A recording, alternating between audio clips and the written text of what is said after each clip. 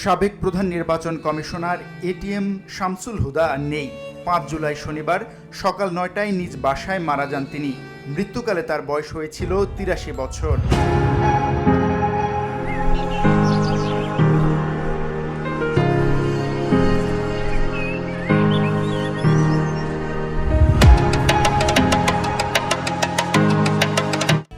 তার শালিকা আশফাক কাদেরী গণমাধ্যমকে বলেন, বর্তমানে ইউনাইটেড হাসপাতালের মর্গে তার মরদেহ রাখা হয়েছে। তার মেয়ে যুক্তরাষ্ট্র থেকে আসছেন।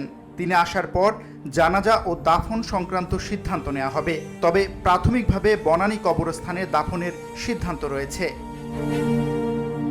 প্রশাসক হিসেবে দীর্ঘ কর্মজীবনের অধিকারী এটিএম শামসুল হুদা ১৯৬৬ সালে পাকিস্তান সিভিল সার্ভিসে যোগ দেন।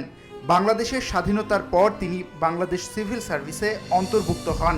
প্রশাসনিক দায়িত্বে থাকা অবস্থায় তিনি বাগেরহাটের মহকুমা প্রশাসক, পানি সম্পদ ও অর্থ মন্ত্রণালয়ের সচিব এবং বাংলাদেশ কৃষি উন্নয়ন ব্যাংকের ব্যবস্থাপনা পরিচালক হিসেবে দায়িত্ব পালন করেন। ২০০০ সালে সরকারি চাকরি থেকে অবসর গ্রহণ করেন তিনি। এরপর ২০০৭ সালে তিনি প্রধান নির্বাচন কমিশনার হিসেবে দায়িত্ব গ্রহণ করেন ও গ্রহণযোগ্য নির্বাচন হিসেবে স্বীকৃতি পেয়েছিল। তার নেতৃত্বেই ২০০৮ সালে জাতীয় সংসদ নির্বাচন অনুষ্ঠিত হয়, যা একটি অবাধ, সুষ্ঠু ও গ্রহণযোগ্য নির্বাচন হিসেবে স্বীকৃতি পেয়েছিল।